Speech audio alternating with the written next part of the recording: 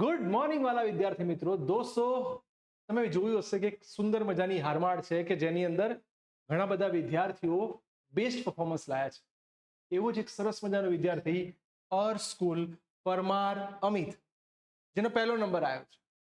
સાયન્સની અંદર પહેલો નંબર લાવવા માટે ગણિત એટલે કે મેથ્સ, ફિઝિક્સ અને કેમેસ્ટ્રી ત્રણેયની અંદર મહેનત કરવી પડે. તેને મહેનત કઈ રીતે કરી છે અને આ વિડીયો જોયા પછી તમને પણ એવું થાય કે આપણે પણ પહેલો નંબર લાવીએ, એ માટે શું કરવું જોઈએ. Please welcome Amit. યસ બેટા, 11 સાયન્સની સફર બહુ સુંદર રહી. ભણ્યા, આપણે તૈયારી કરી, ઘણા બધા ચેલેન્જીસ આપણી સામે હતા કે ભાઈ 11th કેવું હશે અને 12th કેવું જશે.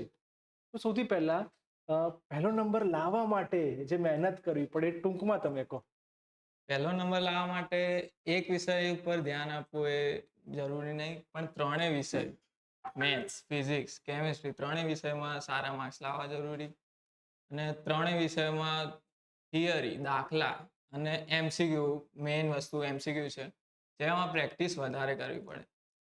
અને થિયરી અને દાખલામાં 1 થી 2 વાર તો દાખલા લખવા જરૂરી જ છે, જેનાથી તમારી પ્રેક્ટિસ વધે અને જ્યારે તમે એક્ઝામમાં દાખલા લખો ત્યારે તમને ભૂલ ના પડે. ચલો, કેટલી સુંદર વાત કરી કે ઘણી બધી વાર એવું હોય કે વિદ્યાર્થીઓ ખાલી એવું વિચારે કે ભાઈ હું કોઈ એક વિષય, મારો ગમતો વિષય ધારો કે મેથ્સ છે, તો મેથ્સની સરસ તૈયારી કરું ને એમાં હું 100માંથી 90 ઉપર લાવી દઉં, જ્યારે બાકીના વિષયમાં તૈયારી ઓછી કરે.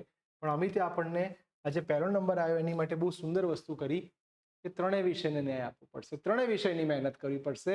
અને આ બધા કરતા મેઇન શબ્દ હતો દાખલા ગણીને કરવા પડશે. દાખલા ગણીને કરશો એટલે દોસ્તો સ્પીડ આવશે.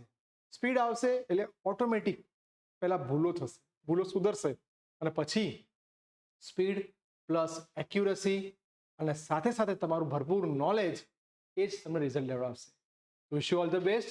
JEE ની અંદર પણ આવું જ પરિણામ લાવો અને 12thની અંદર પણ નંબર 1 રહેવું જ પડશે. ઓકે, ઓલ ધ બેસ્ટ બેટા.